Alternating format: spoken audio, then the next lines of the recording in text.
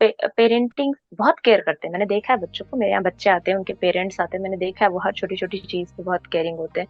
But मैंने एक और एस्पेक्ट देखा है कि बच्चे ने थोड़ी सी जिद की, फोन पकड़ा दिया, बच्चे ने थोड़ा सा रोया, फोन पकड़ा। देखिए आर्ट फॉर्म का तो काम ही है मतलब जोड़ के रखना, जिससे बोलते नहीं है कि हम्म। कला की कोई सरहद नहीं होती। मतलब अ, ऐसा नहीं है कि अगर हम यहाँ संगीत सुन रहे हैं तो वही संगीत बॉर्डर के उस पार नहीं सुना जा रहा होगा और वहां सुनने से बैन होगा। ठीक है, कभी कभी चीजें ऊपर नीचे होती है, उस डिबेट में नहीं पड़ेंगे हम लोग। और हाँ, मतलब आप बहुत कुछ सीखते हैं सोलो ट्रैवलिंग में। जैसे ट्रैवल तो फ्रेंड्स फैमिलीज के साथ तो होते ही रहते हैं, बट हाँ सोलो ट्रैवलिंग करना एक काफी चैलेंजिंग होता है। और मतलब मैं यहाँ पर जेंडर बायस नहीं हो रही हूँ, बट क्योंकि माहौल और चीजों को देखते हुए गर्ल्स के लिए थोड़ा ज्यादा चैलेंजेस बढ़ जाते हैं। और लेकिन अगर आप करते हैं और आप उस चैलेंजेस से ओवरकम कर लेते हैं तो आपका कॉन्फिडेंस एक अलग लेवल पर बूस्ट हो जाता है। नमस्कार, आप सुन रहे हैं the creative Zindagi podcast with me Gaurav Sinha. The creative Zindagi podcast के इस एपिसोड में हम मिलेंगे ज्योति गुप्ता से। ज्योति एक मल्टी फेसेटेड यानी हरफन मौला आर्टिस्ट हैं। मेरी पोइट्री एंथोलॉजी बुक जिसका नाम कविता 250 है, उसमें वो को ऑथर भी रही हैं। वो एक डांस कोरियोग्राफर और डांस टीचर भी हैं। वो पोइट्री लिखने के साथ साथ पोइट्री रिसाइट करने का शौक भी रखती हैं। ज्योति, welcome to the creative Zindagi podcast. आपका स्वागत है। Thank you so much Gaurav ji, आपने अपने इस मंच पर मुझे बुलाया और मौका दिया आपके साथ। अगर आपने कोई एपिसोड सुना हो तो मेरी जो कोशिश रहती है वो एक रहती है कि हम बचपन से शुरुआत करें और उसके बाद इंसान जो यहाँ तक पहुँचा है वहाँ उस मुकाम तक जो जो भी हम अभी हैं वहाँ तक किस वजह से पहुँचे हैं, कैसे पहुँचे हैं, वो अपने आप ही धीरे धीरे बातें निकलती आती हैं। फिलहाल अभी आप रायबरेली में हैं और डांस टीचर हैं primarily, right? Am I correct? Yes yes, yes yes, you correct. And इसके अलावा आप लिखती भी हैं और परफॉर्म जी भी करती हैं, मतलब पोइट्री रिसाइटेशन भी करती हैं। और क्या क्या करती हैं अगर आप बताना चाहें? बिल्कुल।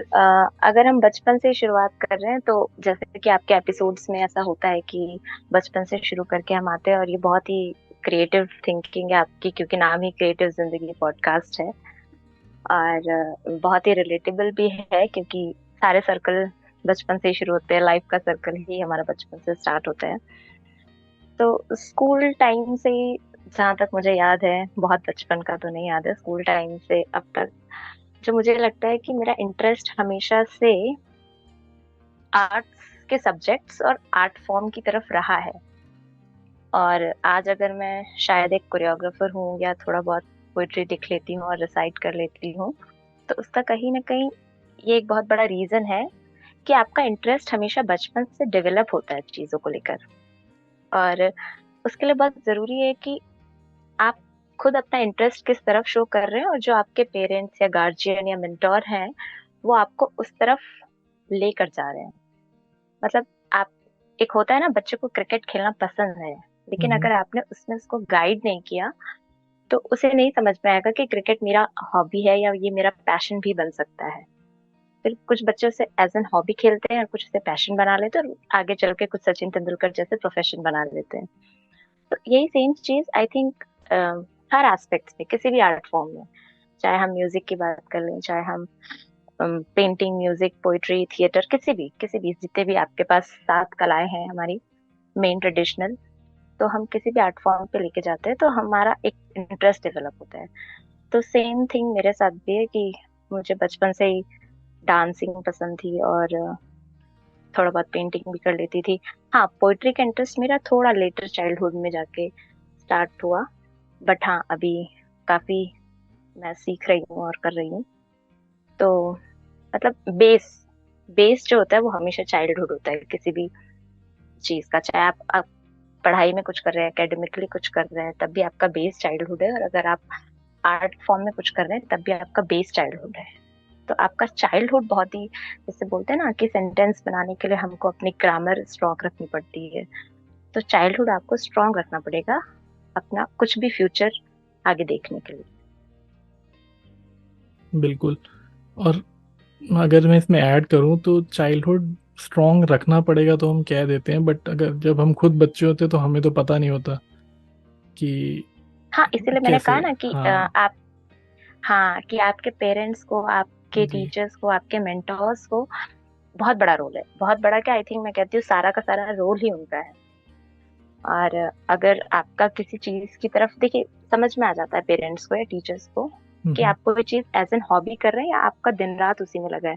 अगर समझ लीजिए, फॉर एन एग्जाम्पल, कि हम जब 8 9 10 में होते हैं और हमें बायो हमारा सब्जेक्ट है, हमें बायो पढ़नी पड़ रही है, और बायो में डायग्राम्स फिगर्स होते ही हैं। कुछ बच्चे क्या होता है कि उन्होंने थ्योरी पोर्शन लिखी और उन्होंने डायग्राम्स को मतलब चलता हुआ बना दिया कि हाँ बस समझ में आ रहा है।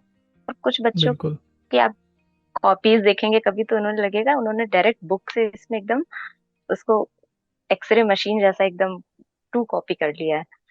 तो वो एक कहीं ना कहीं वो इंटरेस्ट शो कर रहा है बच्चा कि हाँ उसको पेंटिंग में भी इंटरेस्ट है बायो के साथ साथ। तो ये पेरेंट्स और टीचर्स की रिस्पॉन्सिबिलिटी है कि उसको उस इंटरेस्ट से अवगत कराए कि जी। बच्चा पेंटिंग क्लासेस जाए, ज्वाइन करे।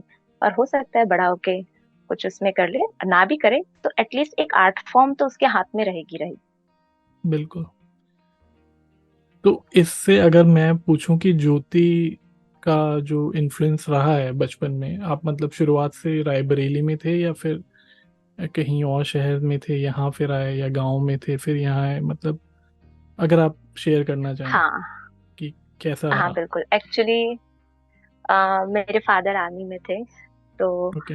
हम हमेशा बाहर बाहर ही रहे हैं। जैसे जैसे उनकी पोस्टिंग्स होती गई, मैं पैदा भी बाहर हुई राजस्थान में।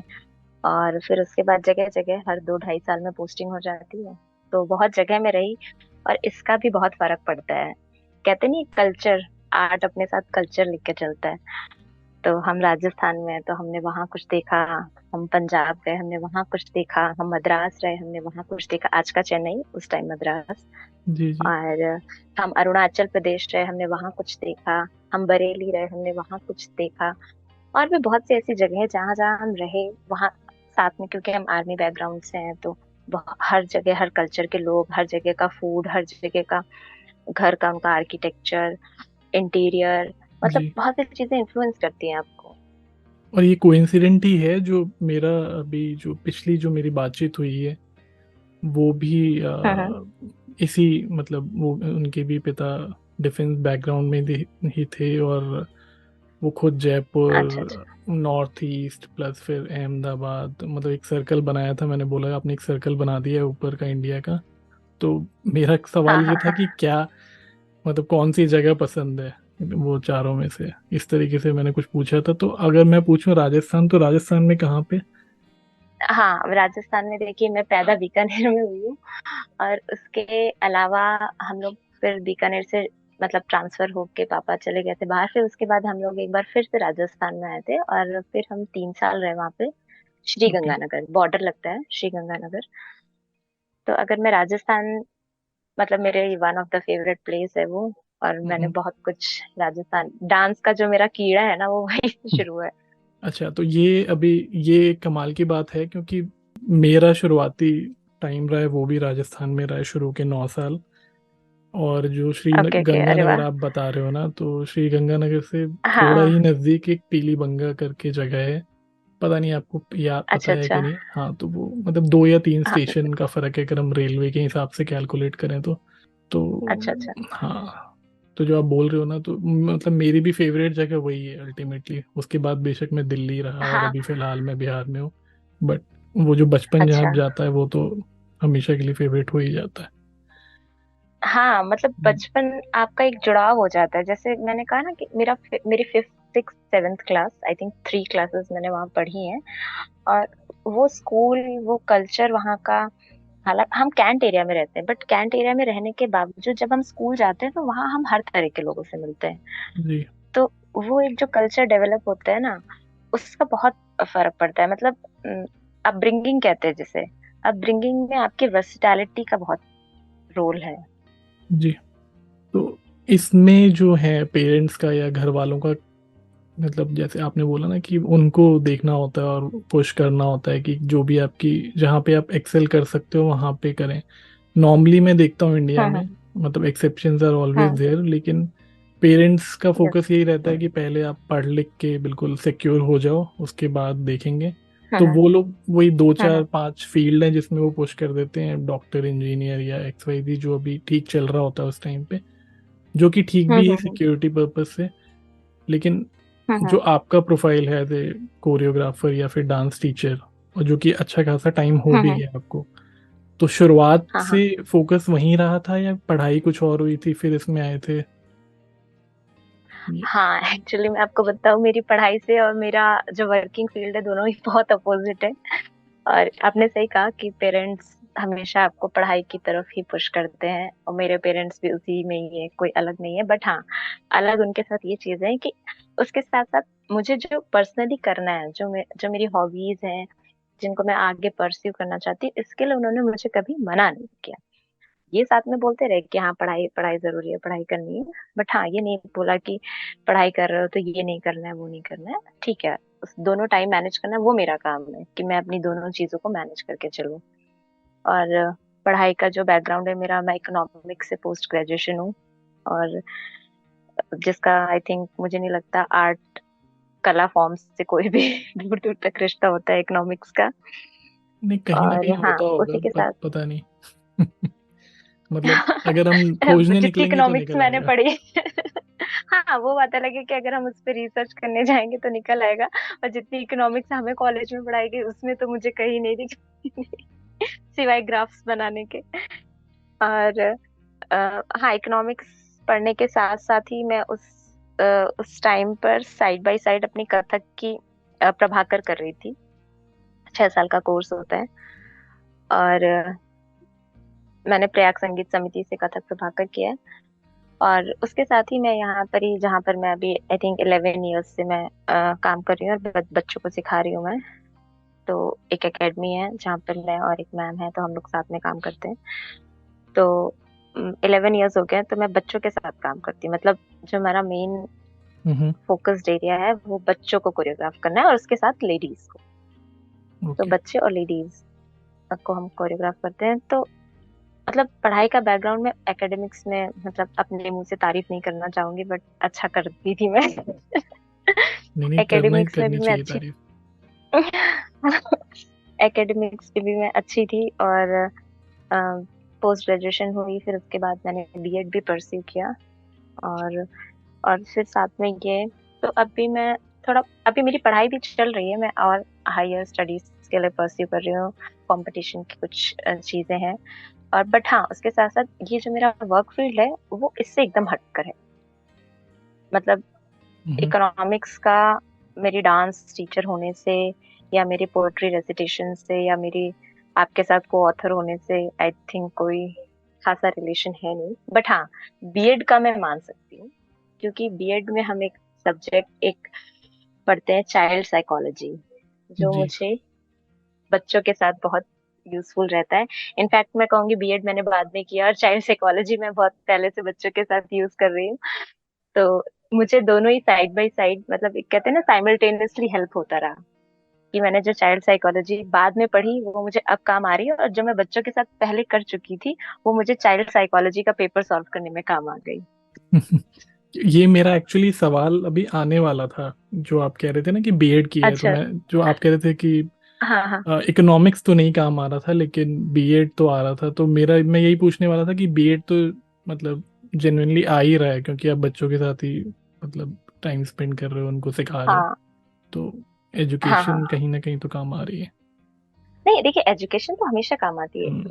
और ये आप, मैं ये जो बताऊं, जो जितने भी आर्ट फॉर्म्स मैंने आपको बताए, हम्म। ये भी एक एजुकेशन है। बस प्रॉब्लम ये है कि इंडिया में इस इसे ट्रेडिशनल एजुकेशन के साथ जोड़ कर नहीं देखा जाता है। हमारे यहाँ ट्रेडिशनल एजुकेशन यानी जैसा आपने कहा कि डॉक्टर बना दिया, इंजीनियर बना दिया, आईएएस बना दिया, पीसीएस बना दिया। तो हमारे यहाँ आई थिंक बेसिकली यही 4 5 6 चीजों को पकड़ के रखते हैं, क्योंकि ये ट्रेडिशनली हम्म। चली आ रही हैं चीजें, है ना। तो हम जो आजकल की डिमांड है, ऐसा नहीं है। आप सारा दिन, बच्चे फोन में क्या देखते हैं, वो ये नहीं देखते कि इंजीनियर कैसे बनना है, डॉक्टर कैसे बनना है। वो ये देखते हैं कि इसने डांस कौन सा किया, कौन से रील ट्रेंडिंग चल रही है, इसने जी। पेंटिंग कहाँ बनाई, कौन से पोएट्री शोज कहाँ हो रहे हैं। क्योंकि कहीं ना कहीं बच्चों को एक हॉबी की नीड है जो उन्हें स्कूल में या घर से जो थोड़ी सी कम डिलीवर हो रही है, तो वो हम्म, उसे फोन में ढूंढने की कोशिश कर रहे हैं। कुछ लोग उसको यूजफुल तरीके से यूज भी कर रहे हैं, इस बात से हम डिनाई नहीं कर सकते हैं। और हाँ, बिल्कुल। बहुत से मिसयूजेस भी हैं, इस बात से भी नहीं डिनाई किया जा सकता। बट मैंने कहा ना, चाइल्डहुड, अगर आपने बच्चे को बचपन से दोनों चीजों में बैलेंस करके चलना सिखाया है या फिर सिखाने की आप कोशिश कर रहे हैं, तो बच्चा अपना एक बैलेंस्ड पाथ ढूंढ ले। बिल्कुल। और ये जो अभी आप जैसे बता रहे हो कि बच्चे वो वीडियोस देख रहे हैं या फिर डांस सीख रहे हैं, आर्ट फॉर्म सीख रहे हैं, पेंटिंग सीख रहे हैं, ये अभी एक जो डिजिटल हाँ हाँ। वर्ल्ड है इसका एक मतलब मैं कहूँगा कि बहुत बड़ा एडवांटेज है। अगर हम चले जाएं अपने हम्म बचपन में या मैं चला जाऊं, आप तो अभी मतलब फिर भी आगे की जनरेशन में आओगे, तो उस टाइम तो सिर्फ एक एक टीवी होता था। अगर हम हाँ 90s या हाँ 80s की बात करें तो टीवी होता था, टीवी को भी बुरा ही मानते थे कि यार कुछ देर देख लिया तो वो भी बुरा माना जाता था कि जाओ बाहर हाँ खेल हाँ लो, हाँ। है ना, टीवी देख के क्या ही करोगे। हम्म। तो उसके वो उतने हम्म। ऑप्शंस ही नहीं थे फिर। और शायद यही बिल्कुल। रीजन था कि जो पेरेंट्स थे या टीचर्स थे वो फोकस करवाते थे कि इसे पढ़ लो, उसके बाद यही फ्यूचर बनाएगा। अब जैसे डिजिटल वर्ल्ड हम्म। में हम आ गए, टेक्नोलॉजी बढ़ती जा रही है, तो जो फील्ड है वो हम्म भी आपकी बढ़ रही है धीरे धीरे। मतलब आपके पास हम्म ऑप्शंस ज़्यादा है, हम्म अपॉर्चुनिटी ज़्यादा है। अब पहले कोई ये नहीं सोच हम्म सकता था कि आप सिर्फ पोएट्री ही रिसाइट कर रहे हो या ये कुछ कोई आर्ट फॉर्म कर रहे हो तो आप उससे घर भी चला सकते हो। मतलब या तो आप सुपर हम्म सक्सेसफुल हो जाओ, कोई मतलब आप हम्म सुपरस्टार बन जाओ, तो वो अलग चीज़ है। लेकिन आप हम्म एक normal day to day hmm. Life में उससे मतलब सरवाइव कर पाओ, ये बहुत मुश्किल था सोचना आज से मैं कहूँगा 10-20 साल पहले। आज की डेट में फिर भी उतने हाँ ऑप्शंस हैं कि आप कहीं ना कहीं मतलब कुछ ना कुछ कर लोगे उससे। ये ज़रूरी नहीं कि आप बहुत बड़े स्टार बन जाओगे, लेकिन अपनी एक लाइफ है वो अच्छे से आप जी सकते हो। हाँ हाँ। तो जैसा आपने कहा कि आज से कुछ साल पहले, और मैं भी बिल्कुल उसी दौर की हूँ जब टीवी हुआ करती थी और चित्रहार का जमाना था। हम्म बहुत हम्म ये अभी 5-6 साल पहले ही ये सब इतना डिजिटल दुनिया से रूबरू हुई हूँ। और सही बात है, तब घर वाले अगर आप टीवी भी उनके साथ बैठ के देख रहे हो जितनी देर उतनी देर सही है, अलग से चला लो तो डांट पड़ जाती थी कि जब देखो टीवी, पढ़ाई करो या जाओ बाहर खेल लो। हालांकि तब एक ये बेनिफिशियल चीज थी कि बाहर खेलने से फिजिकल हेल्थ बहुत अच्छी रहती थी, आप चार लोगों से मिलते थे, बात करते थे। वो चीजें अब कम हो गई हैं क्योंकि अब वीडियो गेम्स के जमाने आ गए हैं। बट हाँ, जो आपने कहा कि हम डिजिटल वर्ल्ड को सिरे से नकार नहीं सकते, क्योंकि हाँ, ये मतलब बहुत एक इम्पोर्टेंट पिलर हो चुका है। और हमें जरूरत है कि हम इसके ऑप्शंस को बेहतर बनाएं। आप मतलब हम इससे ये नहीं निकाल सकते कि डिजिटल दुनिया खराब है और हम एकदम से इसे डिनाई कर दे कि नहीं, बच्चों को ये चीजें नहीं करनी है, नहीं सिखानी।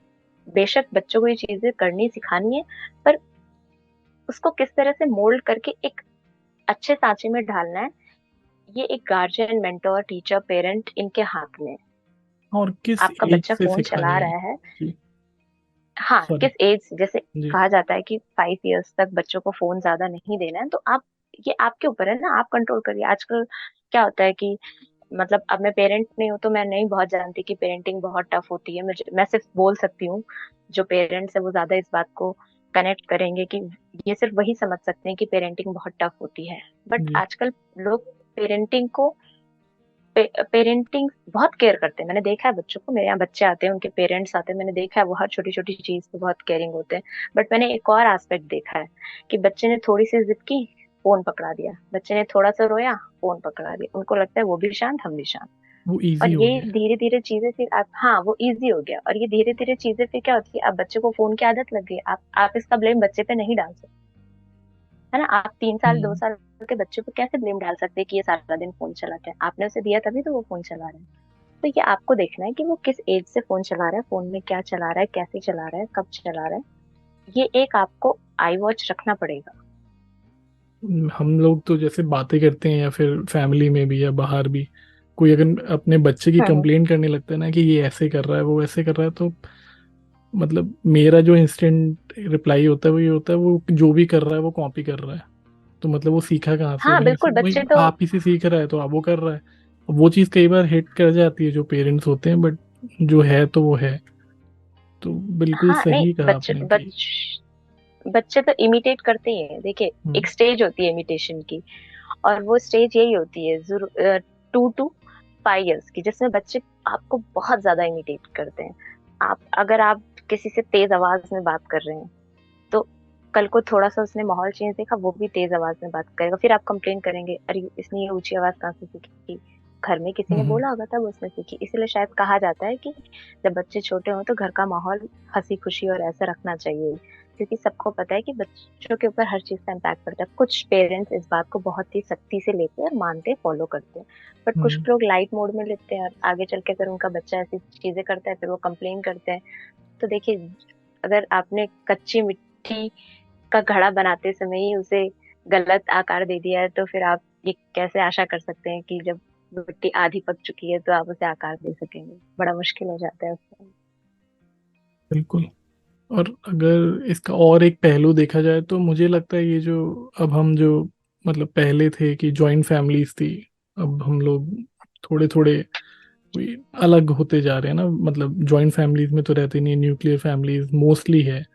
तो वहाँ जॉइंट फैमिली का एक हम्म। एडवांटेज ये था कि बच्चे होते थे तो दादा दादी नाना नानी सब उन्हीं में वो पल जाते थे, या चाचा चाची साथ होते थे, तो इजी होता था हाँ हाँ पेरेंटिंग भी मुझे लगता है, क्योंकि एक नहीं थे हाँ। पेरेंट, ज्यादा पेरेंट होते थे। अब हो गया है कि हम्म। दो हैं और दोनों ही मोस्टली जॉब भी कर रहे होते हैं, तो हम्म। बस वो उसमें क्या होता है कि आप इजी वे आउट ढूंढ लेते हो, बच्चे को कैसे बहलाना है तो फोन दे दो। फोन तो इतना, फोन हमारे लिए एडिक्टिव है तो बच्चों के लिए तो सुपर एडिक्टिव है वो। तो हाँ। फोन पकड़ाया, उसके बाद फिर धीरे धीरे साइड इफेक्ट बाद में समझ में आते हैं। बट हम्म। अच्छी। हाँ, देखिए, ये भी एक बहुत बड़ी प्रॉब्लम है। जॉइंट फैमिली और न्यूक्लियर फैमिली का ही बहुत ही बड़ा डिबेट भी है। अगर हम इसमें जाएंगे तो बहुत लंबा हो जाएगा, बट हाँ, हाँ। मतलब ये बात है कि जॉइंट फैमिली में बहुत सी चीजें आसान हो जाती थी, बहुत सी प्रॉब्लम्स भी होती थी। अब हम रहे नहीं है तो उतनी गहराई से शायद समझना मुश्किल हो जाएगा। और जहाँ तक न्यूक्लियर फैमिली की बात है, तो ये एक बहुत बड़ा इशू है, खासकर बड़े शहरों में, कि दोनों ही पेरेंट्स जॉब है और कोई भी नहीं है आपको टेक केयर करने वाला। तो बच्चा कहीं ना लोनली फील करने लगता है। और मैंने देखा है, सिंगल चाइल्ड बहुत से बच्चों को देखा है जो एकदम चुप चुप रहते हैं, शांत रहते हैं, कम बोलना पसंद करते हैं। ऐसे बहुत से बच्चों से मैंने डील भी किया है। तो आप उनके साथ जब बात करो तो वो धीरे धीरे आपके साथ ओपन अप होते हैं, कुछ टाइम बाद वो आपके साथ फिर घुल मिल जाते हैं। तब समझ में हम्म। आता है कि इसकी प्रॉब्लम ये नहीं है कि ये शाई नेचर, उसका नेचर शाई नहीं है, उसकी प्रॉब्लम ये है कि उसे वो एनवायरनमेंट मिला ही नहीं। कैसे मिलेगा? सुबह उठते ही मम्मी पापा जॉब पे चले गए, बच्चा सारा दिन अकेले, थोड़ी देर स्कूल में रहा, फिर जब हम्म। घर में रहा तो उसे कोई नहीं मिला।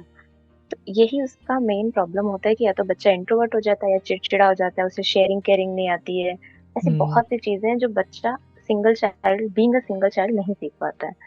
तो मुझे लगता है जो इसका एक छोटा सा आप उपाय कर सकते हैं, जो भी जिनके पास भी सिंगल चाइल्ड है और दोनों पेरेंट्स जॉब में है, तो वो ये है कि आप बच्चे को जितनी उसकी क्षमता है, जो भी एज ग्रुप में वो है, उस हम्म। हिसाब से आपने उसकी पढ़ाई रखी। पढ़ाई के बाद आप उसको कुछ, मतलब, कहते हैं ना, प्रोग्रेसिव एक्टिविटीज में आप उसे डालिए। उसका जो भी इंटरेस्ट बिल्कुल। जहाँ भी वो शो कर रहा है, डांस में हो गया, पेंटिंग में हो गया, स्विमिंग में हो गया, स्पोर्ट्स में हो गया, तो क्या होगा कि एक माहौल उसे वहां मिलेगा। जितनी देर वो आपके साथ रहा, जितनी देर वो स्कूल में रहा, उसके बाद के उसके टाइम को आपको प्रोग्रेसिवली इंगेज करना पड़ेगा। Exactly exactly। और लाइफ स्किल्स तो आदमी तभी सीखता है ना जब एक कम्युनिटी लिविंग हो, या फिर आप बाहर खेलने जा रहे हो, या फिर इंटरेक्ट कर रहे हो लोगों से। अदरवाइज आप पढ़ तो लोगे, आप बुक पढ़ लोगे, स्कूल जाओगे, अच्छे नंबर ले आओगे, और हो सकता है कि और भी काफ़ी तरक्की कर लो, लेकिन जो बेसिक लाइफ स्किल्स होते हैं वो सीखने में बहुत टाइम लग जाता है अगर हम शुरू से हाँ वैसा हमें एनवायरनमेंट ना मिले तो। हाँ, वो कहते हैं ना, हमने 4 किताबें पढ़ ली पर जिंदगी पढ़नी अभी तक ना आई। तो बच्चों के लिए तो जिंदगी पढ़ना ऐसे ही होगा कि या तो वो जॉइंट फैमिली में है तो उन्हें पता है कि हमें शेयर भी करना है, हमें केयर भी करना है। और अगर वो न्यूक्लियर फैमिली में है तो उनके लिए यही तरीके हैं कि आप उन्हें ऐसी जगह पर इंगेज करें जहाँ पे वो 4 अलग लोगों से मिले, उनकी खुद की भी पर्सनैलिटी डेवलप होगी और उन्हें चीजें आएंगी। उन्हें पता होगा कि हमें किसी के साथ शेयर कैसे करना है, हमें किसी की केयर कैसे करना है, हमें किसी से हाय हेलो कैसे करना है, हमें दूसरों से इंटरेक्ट कैसे करना है। ये सब चीजें घर से इतर होके ही आती हैं। बिल्कुल। हाँ, और जब तक आप सिक्योर एनवायरनमेंट से बाहर नहीं जाओगे तो मतलब पानी में उतरोगे नहीं तो तैरना आएगा नहीं, वो वाली बात होगी। वो कहते हैं ना, अपना कंफर्ट जोन हमें छोड़ना हम्म, पड़ेगा। एग्जैक्टली। तो एक और सवाल है ज्योति, आपने बोला कि अब जो डांस स्कूल है जहाँ आप कोरियोग्राफी करते हैं और सिखाते हैं, तो प्राइमरली बच्चों को या फिर विमेन को, राइट? तो ऐसा भेदभाव हाँ हाँ। क्यों है कि मतलब मेल्स को नहीं सिखाया जा रहा है या लड़कों को नहीं सिखाया जा रहा है? नहीं नहीं, ऐसा कुछ नहीं है। देखिए, लड़के भी हमारे पास है, छोटे बच्चे हैं। जी। और बच्चों में 15 ईयर्स तक के बॉयज हैं अपने ठीक पास, है। और गर्ल्स तो ऑल कैटेगरी। और मेल्स के लिए जहाँ तक बात रही, तो ऐसा नहीं है कि हम उन्हें कोई भेदभाव करते हैं उनके साथ। हाँ, अगर आपकी इंगेजमेंट, शादी एक्सेट्रा कुछ भी है, तो हम उसके लिए उनको अलग से टाइम देते हैं और कोरियोग्राफ करते हैं। हाँ, डेली बेसिस पे क्लासेस इसलिए नहीं दे पाते हैं, क्योंकि जो मेल्स होते हैं उनका डांस में इंटरेस्ट थोड़ा लेस होता है, बिल्कुल। जो मुझे इतने सालों पे यहाँ रहने पे पता चला है। तो वो हमारे पास तभी आते हैं जब उनकी एंगेजमेंट होती है, या उनके घर में कोई फंक्शन है, या ऐसे कुछ भी जो भी एक ओकेशन होता है, तो वो उसके लिए पर्टिकुलरली सीखने आते हैं। तब हमको सिखाते हैं उन्हें, और कपल में सिखाते हैं। तो ऐसा भेदभाव हमारे साथ नहीं है। भेदभाव तो मेल्स ने डांस के साथ रखा है कि हमें डांस नहीं करना है। हाँ, ये बिल्कुल है, वो मतलब हिलना वो डुलना ही नहीं आता है मोस्टली। हाँ, मतलब नहीं, बहुत अच्छा भी तो आता है। उनको मैं हिलाने शायद, डुलाने के लिए हमें अलग से क्लास देनी पड़ती है। हाँ, यहाँ पे मैं पर्सनल लेवल पे चला गया हूँ। मुझे याद है कि मतलब एंगेजमेंट जब हमारी हुई थी, तो मेरी वाइफ आ गई थी और हम उसने मुझे पुश करके डांस जो भी करवाया था, वो क्या डांस था मुझे पता नहीं, वो वीडियो देख के भी अभी भी हम हैरान रहते हैं। तो इसीलिए ये जो सवाल आया ना, इसीलिए मैं अपने एक पर्सनल लेवल पे आ रहा था कि यार ये मतलब ठीक है, फिर तो सबका यही हाल है, डांस वांस आता नहीं है लोगों को। तो ठीक है, हाँ, बढ़िया अब है। तो आपने अगर पहले सीखा होता कहीं जाकर, तो आपकी वाइफ को आपको पुश नहीं करना पड़ता, आप बकायदा हाथ मांगते, वो देती और आप करते। हाँ, ये सही रहता है। वैसे ये होता है बचपन में तो सबको आता ही है, फिर वो हो जाता है ना, जैसे जैसे बड़े होते हो तो फिर टेंजेंट चेंज होता जाता है। अब जब तक आप 10 साल के हाँ नीचे हो देखिए, तो आई यही थिंक सेम सभी चीज। करते हैं। हाँ। हाँ, यही सेम चीज देखिए, जैसे मेल्स को होता है कि जब वो बचपन में होते हैं तो वो डांस वांस एकदम खुले करते हैं। फिर जब जैसे जैसे बड़े होते हैं, उनका हम्म। टैंजेंट चेंज होता है, वो थोड़ा डांस से दूर। इसके पीछे भी देखिए, अब मतलब लंबा ही टॉपिक खिंच जाएगा अगर हम इससे बहुत गहराई में जाएंगे, बट मैं एक लाइन में शॉर्ट करूंगी कि जो सोसाइटल नॉर्म्स हैं, कहीं ना कहीं हम्म। उन्होंने ही डिवाइड कर दिया है कि बॉयज को बहुत डांस नहीं करना है, गर्ल्स को बहुत स्पोर्ट्स नहीं करना है। तो हम्म। हालांकि अब जमाना बदल गया और चीजें बहुत अच्छे तरीके से इस फील्ड में ड्रास्टिकली अच्छे अच्छे वे में चेंज हो रही है, बट खुद से भी नहीं आया, और ना ही कभी उतना पुश मिला स्पोर्ट्स में कुछ मैं कर पाऊँ। बिल्कुल। तो इसीलिए शायद। एंड व्हेन यू से दिस आई रिमेम्बर, जो मेरी डांस की फोटो है वो या तो 10 साल की उम्र से पहले की हैं, जिसमें मैं कुछ भी कर रहा हूँ, हम्म। और उसके बाद फिर अब शादी हो जाती है, उसके बाद तो मतलब डांस करवाने के लिए होते ही हैं लोग, उससे पहले तो क्या ही करता है हाँ। आदमी। ठीक है। तो हम बात कर रहे थे कि लड़के नॉर्मली डांस नहीं करते सोसाइटल नॉर्म्स की वजह से, या जो भी आपने रीजन बताए, है हम्म। ना? तो अब अगर मैं पूछूं ज्योति से कि अभी जैसे आते हैं अप टू 15 ईयर्स आपके पास सीखने आते हैं, और पेरेंट्स भी लेके आ रहे हैं बच्चों को, तो अब क्या थोड़ा सा चेंज आया है एंड मतलब थिंकिंग में कि नहीं आप डांस करने दे रहे हो? अगर मैं सिर्फ डांस की ही बात करूं, बाकी आर्ट फॉर्म्स को भी नेक्स्ट हम लेते हैं। ओके। हाँ, अब काफी कुछ चेंजेस हैं, और अब पेरेंट्स खुद अपने बच्चों को एनरोल कराते हैं, और काफी शौक से बच्चे भी इस चीज को परस्यू करते। परसेंटेज और रेशियो देखिए बहुत कम है, इस बात में कोई दो राय नहीं है। बट हाँ, हम्म। फिर भी चेंजेस तो है ही कम से कम, और स्टेप होना जरूरी है। और पेरेंट्स भी इस चीज में इंटरेस्ट लेते हैं, उनको ऐसा लगता है हमारा बच्चा कर रहा है, तो एटलीस्ट अभी जब तक वो अपने बच्चे पे होल्ड रख पाते हैं, जब तक उनका बच्चा कोई नया इंटरेस्ट डेवलप नहीं कर लेता है, तब तक तो वो बच्चे को एनरोल करते हैं, और बच्चा करता भी है, अच्छे करते हैं बच्चे। बॉयज हम्म। इंटरेस्ट लेते हैं हमारे पास, कम है लेकिन फिर भी इंटरेस्टेड है। और गर्ल्स का रेशियो हमेशा ज्यादा ही रहता है इस फील्ड में। ओके। क्योंकि अब जब एक एक जो बात मेरे दिमाग में आ रही थी कि जब तक हम एक्सप्लोर करेंगे नहीं, जैसे हम कई बार तो अब अगर हम अपना एग्जांपल ले लें तो हमें खुद एक उम्र के बाद भी नहीं पता होता कि हमें करना क्या है ना। कई बार लोग IAS निकाल देते हैं, बट वो सब छोड़ छाड़ के कुछ और अपना बिजनेस शुरू कर देते हैं। कोई आईटी इंजीनियर होता है, हाँ। वो एक्टिंग करने चला जाता है। तो जब हमें लाइफ में इतनी उम्र के हम्म। बाद नहीं पता, तो बच्चों को तो वैसे भी नहीं पता होता। तो जैसे जितने ऑप्शंस मिलेंगे उसी हिसाब से वो भी चूज एक्सप्लोर कर सकते हैं कि हाँ यहाँ इंटरेस्ट बैठ रहा है। तो 2-4 आर्ट फॉर्म तो मतलब ट्राई करवाना ही चाहिए मेरे हिसाब से।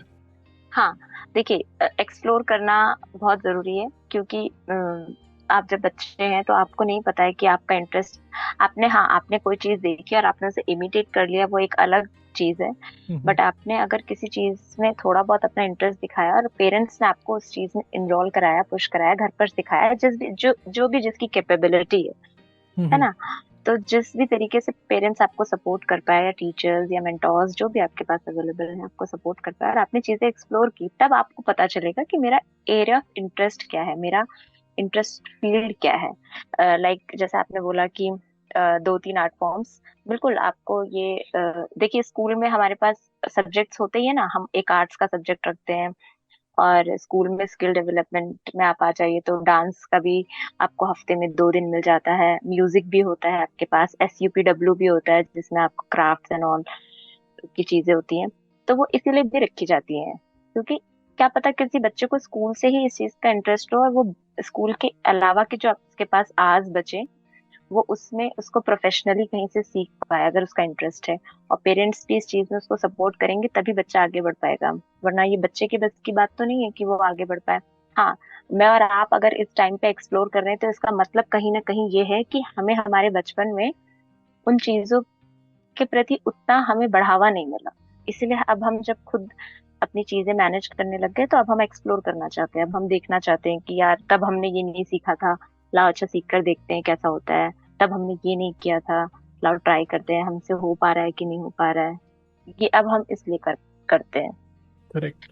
आई रिमेम्बर आपने मेंशन जी। किया था 7 फॉर्म्स ऑफ आर्ट होते हैं, राइट? हाँ हाँ। करेक्ट। सो देखिए आर्ट को, कौन कौन से होते हाँ हैं, अगर आप बताना जी, चाहें तो? हाँ देखिए, आर्ट को 2 तरीके से डिवाइड किया जाता है, एक होती है प्रैक्टिस आर्ट्स और एक होती है फाइन आर्ट्स। ठीक है, हम्म। प्रैक्टिस आर्ट्स में जो हमारे लिए यूजफुल चीजें होती है हम उन्हें करते हैं, और फाइन आर्ट्स जिसे हम हिंदी में ललित कलाएं बोलते हैं। तो ट्रेडिशनली हमारे पास 7 आर्ट फॉर्म्स होती हैं: आर्किटेक्चर, स्थापत्य, स्कल्पचर, मूर्तिकला, पेंटिंग, चित्रकला, म्यूजिक, संगीत, पोएट्री, काव्य, डांस, नृत्य एंड थिएटर, और सिनेमा, रंगमंच कहते हैं जिसे। और आई थिंक इन सब चीजों से हम बचपन से ही जुड़े हुए होते हैं। आपने देखा होगा, हम टीवी देख रहे हैं यानी हम थिएटर सिनेमा वॉच कर रहे हैं, है ना, भले हम परफॉर्म नहीं कर रहे बट हम वॉच तो कर ही रहे हैं। और हम डांस देख रहे हैं, हम भले उस समय किसी क्लासेस में एनरोल नहीं है बट हमने नृत्य एक आर्ट फॉर्म को भी अपने आसपास, अपने एनवायरनमेंट में देखा, वॉच किया। पोइट्री कभी कभी बुक्स में हम पढ़ रहे हैं, स्कूल के सिलेबस में तो होती ही है अक्सर। और म्यूजिक है, पेंटिंग है, हम घर में भी हम क्या बोलते हैं, MF हुसैन नहीं हुए तो फिर भी कुछ साड़ी का किनारा और कुछ तो बना ही रहे होते हैं हम उस समय। कुछ भी नहीं और हुआ तो दीवार मूर्तिकला पे और तो कुछ स्थाप बना ही देते हैं उतने हाँ टाइम। बिल्कुल, बच्चे कभी कभी दीवारों पे बहुत अच्छा बना देते हैं, कुछ तो दीवारें खराब करने के लिए जाने माने होते हैं और कुछ अच्छा बना भी देते हैं। और स्कल्पचर और स्थापत्य भी हम, कुछ नहीं तो मिट्टी के कभी कुछ खिलौने, बच्चे खेल खेल में मिट्टी में, कभी कभी आपने देखा होगा बच्चे कितना कुछ अच्छा बना देते हैं।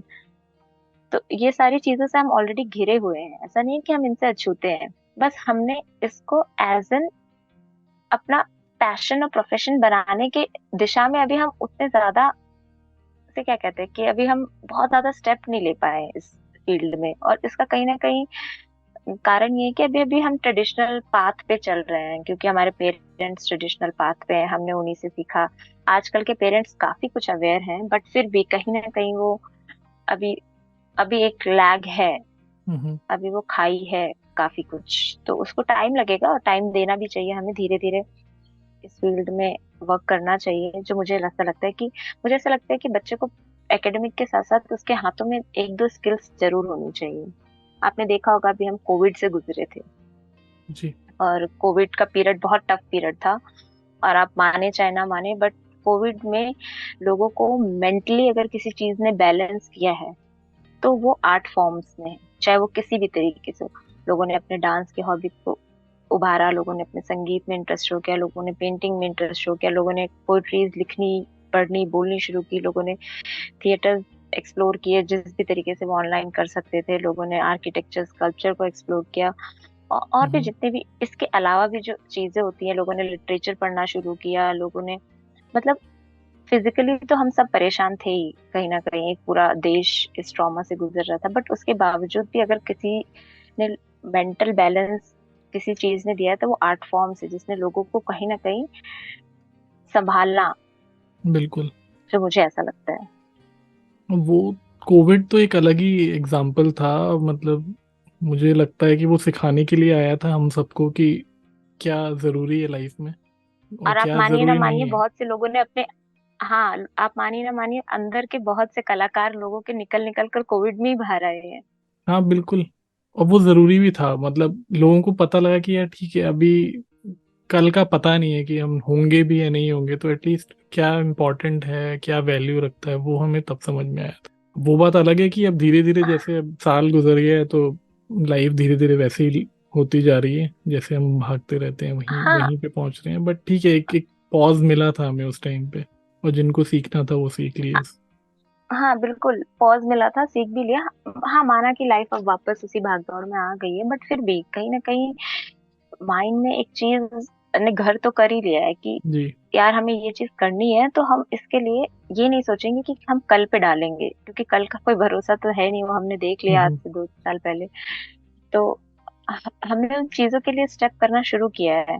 और देखिए अभी कला की बात हो रही है तो मुझे बहुत ही अच्छी लाइन्स याद आ रही है कि कला जीवन को सत्यम शिवम सुंदरम से समन्वित करती है। ये जो 3 वर्ड्स है ना, इसमें सब कुछ इन्वॉल्व होता है। और कहीं ना कहीं ये बहुत ही अप्रोप्रिएट भी है, क्योंकि अगर हम कला से जुड़े हैं तो हम सिर्फ मनुष्य नहीं, मतलब जितने भी हमारा एनवायरनमेंट, पेड़ पौधे, जीव जंतु, हम्म।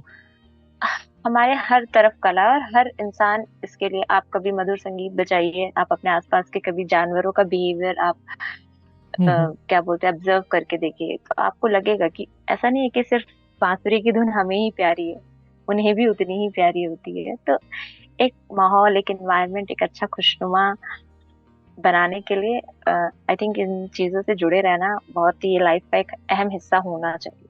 तो ये एक सवाल ये है कि जैसे अब जो पेरेंट्स आते हैं तो क्या वो पहले से माइंडसेट लेके आते हैं कि नहीं हमें सिखाना है, या फिर एज ए टीचर, अगर मैं आपको एक मतलब एज ए डांस टीचर या कोरियोग्राफर आपको हम्म। कन्विंस करना पड़ता है पेरेंट्स को कि नहीं नहीं ये, या ऐसा होता है कि नहीं ये कर नहीं पाएंगे, या कुछ इस तरह का रिलक्टेंस रहता है और आप लोगों को कन्विंस करना पड़ता है, या मोस्टली जो परसेंटेज है वो आता है कि नहीं इनको करवाना ही है। हाँ देखिए, ये दोनों ही केसेस हमारे पास आते हैं, दोनों से डील हो चुकी है।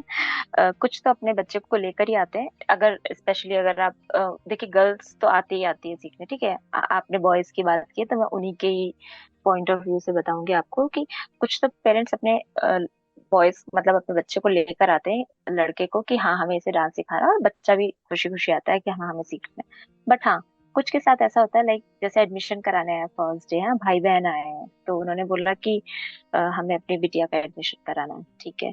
अब क्योंकि बच्चा भी उसी एज ग्रुप का है, जो बॉय है वो भी उसी एज ग्रुप का है, तो एक, अब हम तो वहां पर कोरियोग्राफर बैठे ही हैं सिखाने के लिए, तो हम पूछ लेते हैं क्यूरियोसिटी से कि हम्म। ये नहीं सीखेगा क्या? तो कहते हैं अरे इसको इंटरेस्ट ही नहीं है डांस में। और इनफैक्ट कुछ एक आधा लोग ऐसे भी बोलते हैं कि अरे इसको इंटरेस्ट नहीं है, मेरा तो बहुत मन है, पर ये कहता है मैं नहीं करूंगा डांस, डांस तो लड़कियां करती हैं। तो ये अच्छा। माइंडसेट कहीं ना कहीं उसके दिमाग में ये बात क्यों आई? वो तो अभी छोटा बच्चा है, थर्ड फोर्थ क्लास में पढ़ रहा है या सेकंड थर्ड में पढ़ रहा है, अगर उसके माइंड में ये बात है कि डांस तो सिर्फ लड़कियां करती हैं, तो ये बात हम्म। उसने कहीं से सुनी, देखी, सीखी होगी, है ना। ये उसके खुद के थॉट प्रोसेस नहीं है, जो मुझे लगता है कि ये बच्चे का थॉट प्रोसेस नहीं है। तो कभी कभी हमको पेरेंट्स को ये समझाना पड़ता है कि अगर आप चाहते हैं कि आपका लड़का भी हम डांस सीखे, तो हम्म। ठीक है, कोई नहीं, आप भेजिए, आप ऐसे भेजिए, आप एडमिशन मत कराइए, आप भेजिए 2 4 दिन 10 दिन, हम देखेंगे। आता है बच्चा 1 2 दिन थोड़ा लेस मतलब इंटरेस्ट शो करता है, बैठा रहता है, फिर उसको जबरदस्ती उठाना पड़ता है, एज एन टीचर बात मान के वो उठ भी जाता है। फिर धीरे धीरे जब कुछ 2 4 6 दिन होते हैं, तो फिर उसको मजा आने लगता है, क्योंकि हम वो एनवायरनमेंट क्रिएट करते हैं, हमें गाने हम्म, उनकी पसंद के चूज करने पड़ते हैं कि हाँ ये बॉय जो जो उनके माइंडसेट है ना, हमको उसी के साथ फिर खेलना पड़ता है। उसके हिसाब से हम बॉय हैं तो हम बॉयज वाले गाने करेंगे, तो हम वैसे गाने चूज करते हैं उनके हम्म, लिए, तो उनको कराते हैं। फिर थोड़ा एनवायरनमेंट बनाते हैं, बीच बीच में कुछ गेम्स करा दिया या कुछ करा दिया। फिर फ्रेंड्स बनवाते हैं, एक दूसरे से फ्रेंडशिप हुई। तो क्या होता है, अब बच्चे का माहौल डेवलप हुआ। अब एक हफ्ते बाद है ना, उसको जबरदस्ती नहीं बोलना पड़ता, वो खुद आता है हमारे, मतलब वो खुद खुशी खुशी आता है, और डांस होने के बाद खुद बोलता है मैम मेरा ये वाला गाना लगा दीजिए। तो हमें अच्छा लगता है कि यार, हम्म, मतलब इतना टाइम जो हमने दिया, तो वो और ऐसे दो तीन अभी हमारे क्लास में रिसेंटली अभी ऐसे एक दो बॉयज हैं जो हम्म, खुद, पहले उसकी बहन आती थी, वो नहीं आता था, बट अब वो खुद आने आने लग गया और खुद सोलो भी करता है, कहता है मुझे सोलो करवाइए, तो अच्छा लगता है। नाइस। बहुत बढ़िया ये बात है। और इससे एक चीज और भी आती है कि एक तो आप उसको एक्सप्लोर करवा रहे हो और उनको मतलब उस जो माइंडसेट से निकाल रहे हो कि लड़के ये करते हैं लड़कियां वो करती है, जो जेंडर न्यूट्रलिटी की हम बात करते हैं। तो अगर हम्म। जो आप कर रहे हो उससे एक तरीके से वो चीज भी, वो एस्पेक्ट भी अब टच हो रहा है कि अगर हम उसको ना करते, या फॉर एग्जांपल आप उस जो भी आया उसने उसको ना करवाते, तो हम्म वो वैसे ही बड़ा होता है हम्म 10 साल 20 साल बाद, उसका माइंडसेट वही होता है कि लड़के ये करते हैं लड़कियां वो करती हैं। और जो डिवाइड रहता है ना हमारे मन में, जिसकी वजह से और 10 प्रॉब्लम हम्म। होती हैं सोसाइटी में, जो हम सबको पता ही हाँ है हाँ कि बिल्कुल। मतलब एक मेल हाँ ईगो आ जाता है, या मतलब इक्वल ना ट्रीट करना, वो कहीं ना कहीं शुरुआत वहीं से होती है, बचपन से।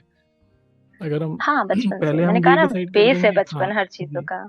तो वो ये भी एक मेरे ख्याल से जो आर्ट फॉर्म आप बोल रहे हो कि जो इम्पोर्टेंस ऑफ आर्ट है, या जो भी क्रिएटिव हम्म फील्ड होता है, मतलब एक्सप्लोर करने की बात है, टैलेंट, हम्म। वो अगर दोनों साथ में कर रहे हैं तो वो जो डिवाइड है मेल फीमेल वाला, हम्म या जो भी हम देखते हैं, जो कि बच्चों में तो नहीं होता, बच्चे तो सब एक जैसे ही होते हैं, बड़े होते हैं तो दिमाग फिर हम्म। बढ़ता जाता है। तो अगर वो भी हम हम्म। करें तो एक मतलब सोसाइटी के लिए अच्छा है लॉन्ग टर्म में भी। हाँ, देखिए आर्ट फॉर्म का तो काम ही है, मतलब जोड़ के रखना, जिससे बोलते नहीं है कि हम्म, कला की कोई सरहद नहीं होती, मतलब आ, ऐसा नहीं है कि अगर हम यहाँ संगीत सुन रहे हैं तो वही संगीत बॉर्डर के उस पार नहीं सुना जा रहा होगा और वहां सुनने से बैन होगा। ठीक है, कभी कभी चीजें ऊपर नीचे होती है, उस डिबेट में नहीं पड़ेंगे हम लोग। और लेकिन होता है, कला का तो कोई दायरा नहीं होता है कितना भी, और वो लोगों को जोड़ता है, हम हमेशा हम्म, जुड़ते हैं। आप एक अच्छे कलाकार के लिए, और या फिर आप कहीं भी आर्ट फॉर्म देखेंगे ना, हम्म, मतलब आपने पर्सनली भी फील किया होगा, और इनफैक्ट मुझे लगता है हर कोई फील करता है। आप रास्ते चल रहे हो और आपने कहीं पे कोई अच्छा सा गाना सुना, तो चाहते ना चाहते भी आप चाहे सेकंड्स भर का ही पॉज लें, पर आपका माइंड उस तरफ डाइवर्ट हो ही जाता है। तो यानी कला आपको रोकती है, और वो रोकना सुकून देना होता है कुछ पल के लिए। और रविन्द्रनाथ ठाकुर जी ने कही एक बात कि कला में मनुष्य अपने भावों की अभिव्यक्ति करता है।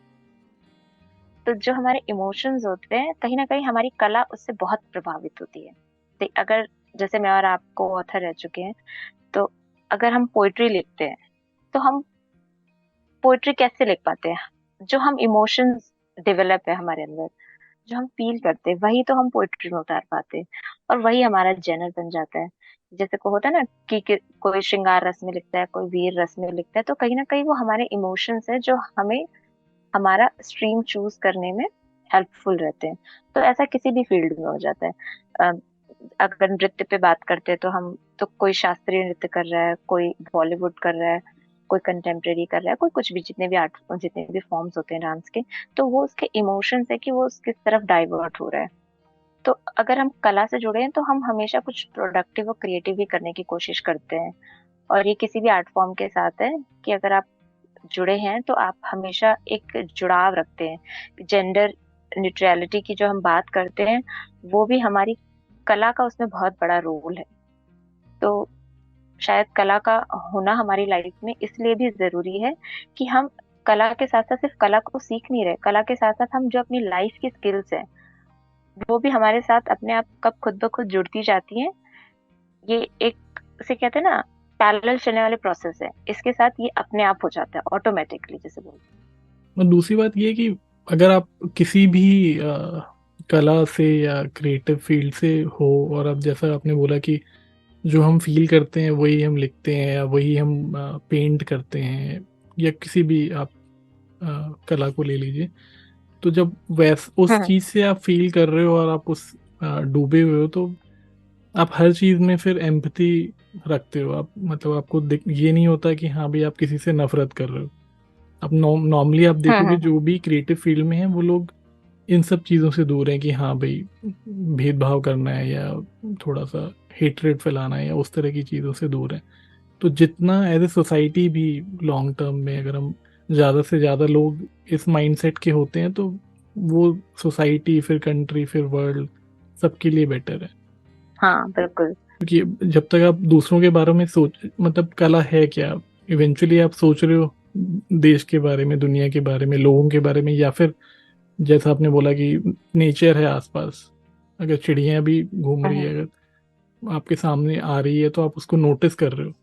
तो वो तभी आप कर सकते हो हम्म। जब आप में एक ठहराव है, और वो जो ठहराव है वो तभी आएगा जब आप किसी न किसी तरह से अपनी क्रिएटिव साइड को जिंदा रखते हो।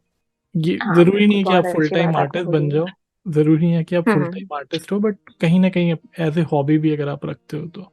हाँ देखिए, हम जो डिस्कशन कर रहे हैं वो इसी बात पे कि हमको हम्म। आर्ट फॉर्म को जरूरी नहीं कि वो आपका प्रोफेशन हो। करेक्ट। वो आपका एक हॉबी है, आपका पैशन हो सकता है, बट हाँ उसका आपकी लाइफ में होना भी बहुत जरूरी है। देखिए अगर हम एकेडमिकली भी जाते हैं हम्म। तो आपने सुना ही होगा, जैसे हम आईएएस और पीसीएस के इंटरव्यू सुनते हैं अक्सर। तो आपने अक्सर सुना होगा जो भी उनके मेंटोर्स होते हैं या फिर जो वो खुद होते हैं, जो एस्पिरेंट्स होते हैं, जो अब सक्सेसफुल हो गए हैं, जो टॉपर्स होते हैं, तो वो हमेशा यही बात करते हैं कि ड्यूरिंग उनकी प्रिपरेशन या पढ़ाई के दौरान जब भी वो थक जाते थे तो वो थोड़ा सा म्यूजिक सुन लेते थे, या वो कोई नॉवल पढ़ लेते थे, या वो कोई कविता पढ़ लेते थे, या वो थोड़ा सा एक्सरसाइज, रनिंग, योगा कर लेते थे। तो ये सब चीजें क्या है, कहीं ना कहीं उनको भी अपने आप को कंसोलिडेट करने के लिए एक आर्ट फॉर्म की जरूरत पड़ती है। यानी ऐसा नहीं है कि आर्ट फॉर्म सिर्फ आर्ट फॉर्म वालों के लिए हेल्पफुल है, या सिर्फ वो प्रोफेशन है तभी वो आप उसे यूज करिए। अगर आपका प्रोफेशन पैशन कुछ और भी है तब भी आप आर्ट से अगर जुड़े हैं तो वो आपको उस चीज में हेल्प करता है, ग्रो करता है। बिल्कुल, वो एक मेंटल ब्रेक आपको मिलता है कि जो आप रूटीन हो गई लाइफ, वहाँ से आपको एक मेंटल ब्रेक मिलेगा, और then you can do even better, जो पॉज हाँ, लेके। करेक्ट। जैसे हम घूमने जाते हैं, यात्राएं हम करते हैं किस लिए? क्योंकि हम थक जाते हैं अपनी भाग दौड़ भरी जिंदगी से, तो हमें चाहिए कुछ 2-4 महीने में एक, क्या हम छोटा सा ट्रिप ले लें, टूर ले लें, अपने आप को वापस से रिजुविनेट करने के लिए। तो आर्ट फॉर्म ऐसे ही वर्क करता है लाइफ में, वो आपको हमेशा रिजुविनेट रखता है। करेक्ट। तो यहाँ से ज्योति हम वापस आते हैं आपकी तरफ, क्योंकि बात हो रही है आपके बारे में भी, और हमने जो भी 7 फॉर्म्स, मुझे लगता है जो 7 फॉर्म्स आर्ट है, मोस्टली सब आपको आते हैं। एम आई राइट? हाँ सब नहीं, सब तो नहीं आते, हाँ, बट आप कह सकते हैं कि क्योंकि 3-4 पे जी, थोड़ा बहुत है। अपनी कविताएं आप लिखते हैं, ठीक है, आप रिसाइट भी करते हैं आपने, I think I remember that you also sketch, है ना, पेंटिंग का कुछ फॉर्म तो आप करते हो। हाँ पेंटिंग मैं करती हूँ, डांस हाँ। तो ऑब्वियसली आप एक्सपर्ट हो ही, आप टीचर हो उसमें। और क्या फील्ड रह गए हम्म, सर, अब आप खुद ही बताओ, और मुझे याद भी नहीं आ रहा। स्कूल में थोड़ा बहुत एक्टिंग, ड्रामा कर लिया, तो आप उसे सिनेमा थिएटर में इंक्लूड कर चलो वो भी सकते हैं। हो गया, ठीक है। हाँ बाकी आर्किटेक्चर स्कल्पचर मेरा फील्ड नहीं है। हालांकि मुझे शौक बहुत है, बट अभी मुझे ऐसा कुछ मिला नहीं है कि मैं इस फील्ड में जाके एक्सप्लोर करूँ। सीखने के लिए मुझे चाहिए कुछ इसके लिए। जहाँ तक मैं अभी बात करके समझ पाया हूँ, आई एम श्योर आप कुछ टाइम में वो भी कर ही लोगे। बिल्कुल, मैं कहते रही, अभी मुझे वो जगह नहीं मिल रही है ना, हाँ। जब जिस दिन मुझे मिल जाएगी मैं जरूर इस पे हाथ आजमा लूंगी। ओके। तो अगला जो मेरा क्वेश्चन है, इन सब आर्ट फॉर्म्स में से आपका पसंदीदा क्या है, मतलब क्या है जो आपको सबसे ज्यादा पसंद है और सुकून देता है? देखिए डांस तो नो डाउट कि मुझे बहुत पसंद है, सुकून देता है, साथ के साथ मेरा प्रोफेशन भी है। तो हम्म। अगर हम उसे असाइड कर दें, मतलब साइड रख दें उसे, तो उसके अलावा फिर मुझे पोइट्रीज, मतलब मुझे ऐसा लगता है मेरा दिन नहीं पूरा होता है बिना कोई कविता लिखे, पढ़े, सुने। और थर्ड नंबर पे हम पेंटिंग को रखेंगे। बट हाँ, डांस के अलावा अगर कोई एक चीज है जो मुझे बेहद पसंद है, और मतलब इसे कहते हैं ना कि एक शायद मैं सुबह का ब्रेकफास्ट और लंच मिस करना पसंद करूंगी, बट कविताएं लिखना, पढ़ना, सुनना मैं नहीं, मतलब उसे मिस करना मैं नहीं पसंद करूंगी। क्या बात है। और ये जो आंसर दिया है ये मेरे लिए बहुत हेल्पफुल है, क्योंकि अब जो ओके। मेरा अगला सवाल ऑब्वियसली यही होगा कि क्योंकि आपको इतना पसंद है तो आपको सुनाना भी पड़ेगा। अच्छा। ठीक है, बिल्कुल मैं सुनाऊंगी।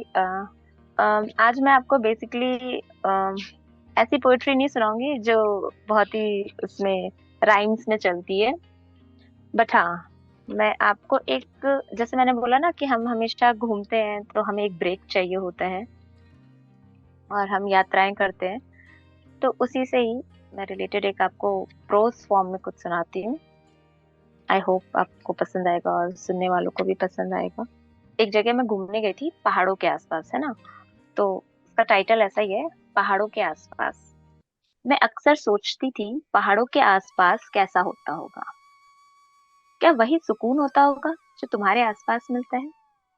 क्या पहाड़ वैसे ही कस के जकड़ लेते हैं जैसे जाते हुए मुझे तुम खींच कर बाहों का जाल फेंक देते थे और बेबस हुए बिना पूरे शौक से मैं फंस जाती थी? मैंने सुना है पहाड़ों से टकराकर आवाज खुद तक लौट आती है, ठीक वैसे ही ना, जैसे हर बार दिमाग के लाख ना चाहने पर भी कमबख्त दिल अपनी हजारों अर्जियां डाल देता है और हर अर्जी पर तुम तक लौट जाने की दरखास्त या हुक्म लिखा होता है, और मैं दोनों ही नहीं टाल पाती। शायद इसलिए भी क्योंकि पहाड़ से टकरा कर लौटती हुई अपनी आवाज की गूंज हम बार बार सुनना चाहते हैं, इसलिए हम लौटना चाहते हैं पहाड़ों के आसपास। अच्छा, और क्या होता है पहाड़ों के पास? उनका टिक्के खड़े रहना, सारे तूफान झेल लेना, बरसात के तेवर सह लेना और कभी कभी सब सहते सहते किसी चट्टान का टूट कर खिसक जाना और अपने ही हिस्से को यूं टूटते बिखरते देख क्या वो टिक्के खड़ा पहाड़ एक आंसू भी नहीं बहाता होगा? या शायद पहाड़ों के बीच से बहती ये नदी जो तपोवन की भूमि की पावन करती है, वो झरझर बहते पहाड़ के आंसू है? और ये सब मुझे तुम्हारी यादों की नाव में बिठाकर उन दिनों की सैर पर ले गए जब तुम टिक्के खड़े थे मेरे लिए, जब सहे थे तुमने तूफान के थपेड़े और बारिशों के तेवर। पर कोई कितना भी मजबूती से खड़ा रहे, कहीं कुछ तो है जो चटक जाता है, कुछ टूटा हुआ बिखर जाता है, और तुम्हारे हिस्से आई मैं, जो तुम्हारा ही हिस्सा थी, तुमसे टूट कर बिखर गई थी। और अब बहती इस नदी में एक संगम है, दो आंखों के आंसुओं का, ना सही वैसे, पर हमारे आंसुओं का संगम ऐसे तो हुआ। हम पहाड़ों के आसपास किसी नदी में बहते हैं, हम पहाड़ों के आसपास किसी नदी में बहते हैं। शुक्रिया। बहुत बढ़िया, बहुत जी, पावरफुल पोएम है ये। जैसे मैंने बोला ना कि जब हम ब्रेक लेते हैं और हम घूमने जाते हैं, तो मुझे ट्रैवल करना बेसिकली बहुत पसंद है। और पहले तो अक्सर हमेशा फैमिली के साथ ही जाती थी, अभी धीरे धीरे थोड़ा सोलो ट्रैवलिंग एक्सप्लोर किया है मैंने। तो ये मैं नाइस। ऋषिकेश गई थी जब सोलो ट्रैवल पे, तो मैंने ये ट्रेन में लिखी थी। नाइस। सोलो ट्रैवल एक बहुत बहुत अच्छी बात है और आई थिंक सबको करना चाहिए। हाँ, मतलब आप बहुत कुछ सीखते हैं सोलो ट्रैवलिंग में। जैसे ट्रैवल तो फ्रेंड्स फैमिलीज के साथ तो होते ही रहते हैं, बट हाँ, सोलो ट्रैवलिंग करना एक काफी चैलेंजिंग होता है। और मतलब मैं यहाँ पर जेंडर बायस नहीं हो रही हूँ, बट क्योंकि माहौल और चीजों को देखते हुए गर्ल्स के लिए थोड़ा ज्यादा चैलेंजेस बढ़ जाते हैं। और लेकिन अगर आप करते हैं और आप उस चैलेंजेस से ओवरकम कर लेते हैं, तो आपका कॉन्फिडेंस एक अलग लेवल पर बूस्ट हो जाता है। करेक्ट। और ये भी पता लगता है कि दुनिया उतनी भी खराब नहीं है जितना हमें दिमाग में हाँ, हमने कई जैसे बार दुनिया, पाला दोनों होता है। ही हाँ। एस्पेक्ट पता चलते हैं, हाँ, हम्म। कि दुनिया उतनी भी खराब नहीं है जितनी हमने सोच रखी है और जितनी हमारे पेरेंट्स या आसपास के लोगों ने सोच रखी है कि बाहर अकेले नहीं जाना, ऐसा नहीं जी। करना, वैसा नहीं करना, ये नहीं करना। और दुनिया उतनी भी खूबसूरत नहीं होती है अक्सर जितनी हम कविताओं में पढ़ते हैं। Exactly exactly. हाँ, मतलब बैलेंस आउट हो जाता है और आपको पता हो जाता है कि आप क्या सही है और क्या गलत है, आपको कैसे टैकल करनी है चीजें। हाँ, और सोलो ट्रैवलिंग में एक बहुत ही, मतलब जो मेरे साथ टचवुड की मैंने दो सोलो ट्रैवलिंग करी है, और दोनों ही पहाड़ों पे ही हुई है मेरी। और मतलब मुझे जो चीज, मतलब मेरा एक्सपीरियंस गुड ही गुड रहा है, मतलब मुझे टचवुड कोई भी बैड एक्सपीरियंस नहीं हुआ है। इंस्टेड ऑफ कि हाँ, चीजों को थोड़ा मैनेज और हैंडल करने का हेडेक के अलावा, वो तो लेना ही पड़ता है अगर आप इतना कर रहे हैं तो। बाकी हाँ, पर्सन किसी पर्सन से या किसी इंडिविजुअल से इंटरेक्शन में या वैसी कोई प्रॉब्लम मुझे नहीं हुई। लोग मुझे काफी हेल्पफुल मिले, मतलब जितना मैंने सोचा नहीं था। मुझे मुझे ऐसा लगता था कोई किसी की हेल्प नहीं करता आज के जमाने में, बट नो, ऐसा बिल्कुल नहीं होता। मतलब लोग हेल्प करते हैं, बस आपको चाहिए कि आप किसी से हेल्प के लिए सीख करें। आप एक बार आप बोलिए तो सही। लोग आजकल क्या है कि लोग इंट्रोवर्ट होने के चक्कर में अपनी बेसिक चीजें भी किसी से बोलना पसंद नहीं करते। आप एक बार थोड़ी सी बात बोलिए तो सही, अगला आपको आपकी डिमांड से ज्यादा फुलफिल करके देगा। और मतलब ये सारी चीजें मेरे साथ बहुत अच्छी हुई, तो मुझे ऐसा लगता है हम्म, कि ट्रैवल ठीक है, हो सकता है आगे कभी मेरा कोई बैड एक्सपीरियंस हो, बट इसके बेसिस पे मैं ये नहीं कह सकती कि ट्रैवलिंग या सोलो ट्रैवलिंग खराब है। आप करिए, गुड और बैड लेना आपको आना चाहिए। बिल्कुल। और ये जो आपने लाइन बोली है ना कि हम हेल्प सीख नहीं करते, ये बहुत बड़ी बात है। और ये हर स्फेयर ऑफ लाइफ में हर जगह ये मैटर करता है। हम लोग कई बार अपने ईगो में या अपने इंट्रोवर्ट होने में या किसी भी रीज़न से, या एक हमारा प्री कंसीव नोशन होता है किसी इंसान के बारे में, हम हेल्प मांगना थोड़ा सा भूल गए हैं। जबकि बेसिक हाँ जो नेचर होना चाहिए, हमें हेल्प मांगने में घबराना नहीं चाहिए, और फिर देने वाला तो ऑब्वियसली आगे आएगा ही आएगा। हाँ बिल्कुल, आप किसी से बोलकर तो देखिए। ठीक है, अगला बंदा मना कर सकता है, बट आप पहले से ये मत डिसाइड या जज करिए कि अगला तो मना ही करेगा करेगा नहीं। आप पहले बोलिए तो सही अगले को। आप जब तक बोलेंगे नहीं, अगर समझिए आपने मुझसे कुछ बोला ही नहीं गौरव, तो मुझे कैसे पता चलेगा कि गौरव मुझसे नेक्स्ट क्या बात करना चाहते हैं। आप मुझसे बोलेंगे तब मैं उस बारे में आपसे बात करना करना ना करना हम डिसाइड करेंगे, लेकिन पहले एग्जैक्टली। आपको बोलना पड़ेगा या मुझे बोलना पड़ेगा।